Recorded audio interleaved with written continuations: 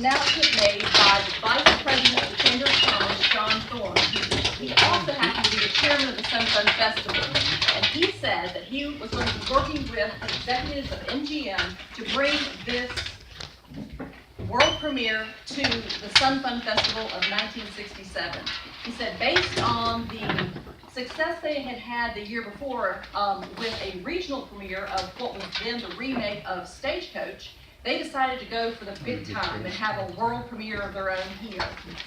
And that is what he did. This was held at the Rivoli Theater downtown, which is still there on Chester Street. And then 50 years later, it is now surrounded by country music enthusiasts. So Myrtle Beach continues a half century later to bring large crowds and big names. During the day of June 9th, 1967, there were several events that were going on that led up to the premiere. One was the Miss Waves pageant, and that was held at 10 o'clock in the morning at the Thunderbird Motel, if y'all remember where that was on the North Ocean Boulevard. And Dave Draper, who was Mr. Universe in 1966, was on hand to crown the queen. Then later in the day, about midday, there was a luncheon at the Myrtle Beach Air Force Base Officers Club. And if you don't know, this used to be the Myrtle Beach Air Force Base. And the Officers Club was just across the street. So when you're leaving, you'll notice what is now the bookstore and the library. That was the Officers Club. And before you leave, after the film, you can take a look at these. These are clippings from the paper back then. And so this is Sharon Tate kissing this nice young officer who was celebrating his 24th birthday that day and got the kiss of a lifetime. As they said, kiss to build a dream on, was the caption. And then we also have Dave Draper at the pageant. Then that night, in front of the Rivoli Theater on the street, they built a large stage, and then they had various beauty queens. We had Miss Sun Fun, visiting queens from out of state. Miss Myrtle Beach was there, even Little Miss Myrtle Beach. It was a grand event that included our local beauties and movie stars. Not only the stars from this movie, but also other MGM stars of the day. And then they were actually what they refer to as shows. They were free shows for the public if you weren't actually going in for the premiere. If any of you know the manager of the Hampton Inn and Suites, Tom Moore, I spoke to him the other day, and he said that 50 years ago, he had just completed his junior year of high school in Mullins, South Carolina, and he and his buddies came to the beach, and they had no idea what was going on, and all of a sudden he stumbled upon this world premiere. And he said they were giving out these buttons that say, "Don't make waves," just like this, as little promotional items. And he said after all this time, he still has this button. And I asked him, what was the highlight? And he said, Sharon Tate. Of course. So now I give you our beloved Myrtle Beach historian and photographer, who was there that day, covering it all, Jack Thompson. Well, hello. Yes, I have been here going on 60 years, and believe it or not, I became the official photographer for the Chamber of Commerce, the Sun Fun Festival, and all of the beauty pageants.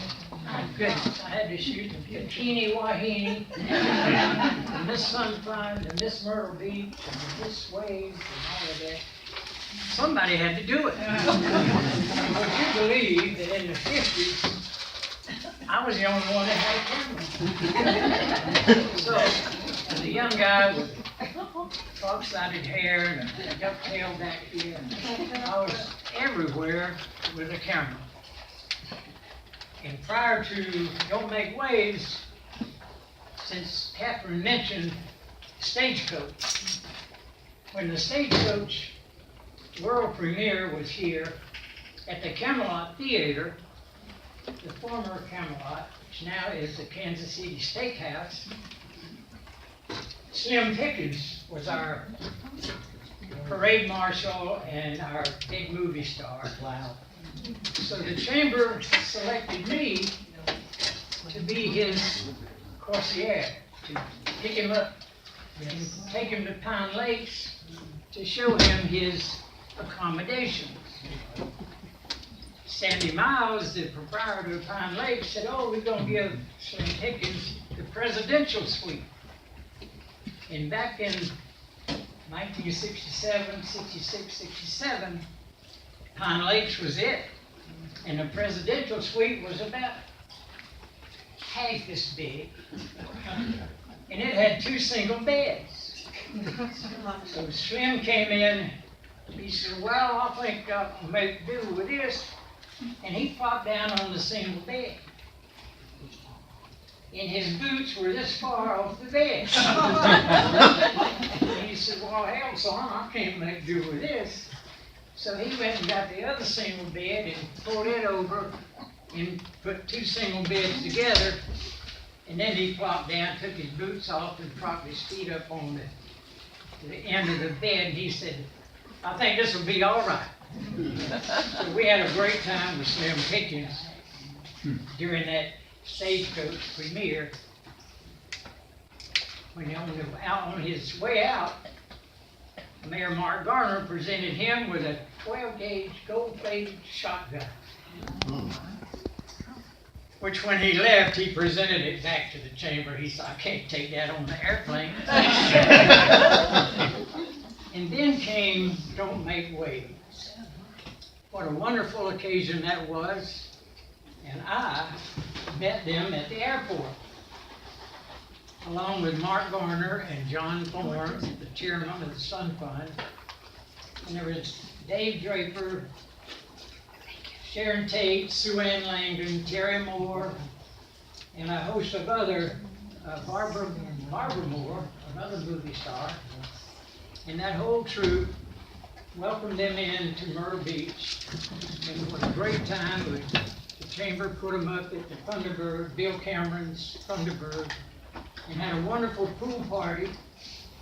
And yes, I took pictures of all of that, and I do have those pictures. And one of the great pictures, Sharon Tate walked up to the edge of the pool and acted like she was going to do a swan dive.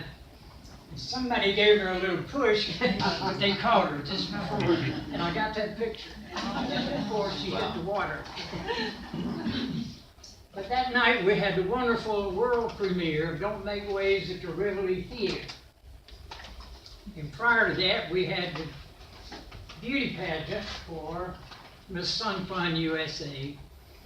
And Alma Lynn Thompson, who is a wonderful local talent today, and looks just like she did 50 years ago, she was crowned Miss Sun Fun.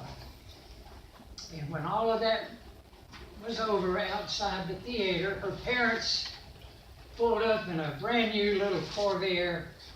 It had on the door painted Miss Sun Fun, Alma Lynn Thompson. And what a great time we had out, a celebration out in the street.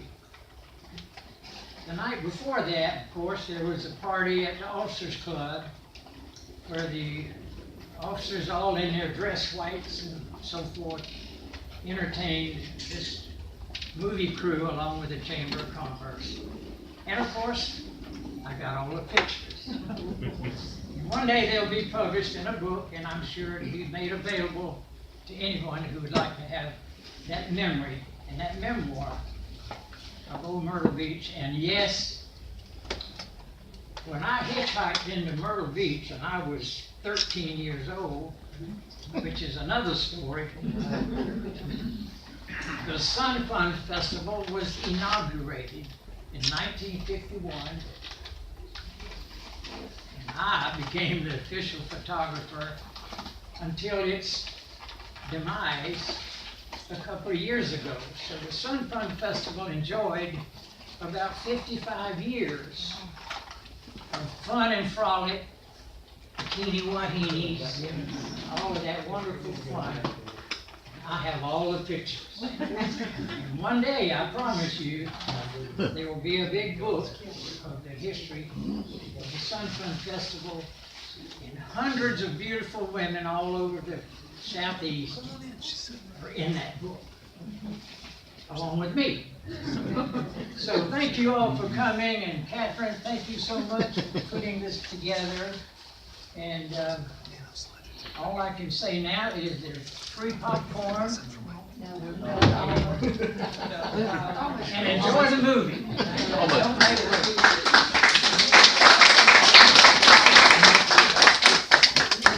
Corey, did you want to say anything?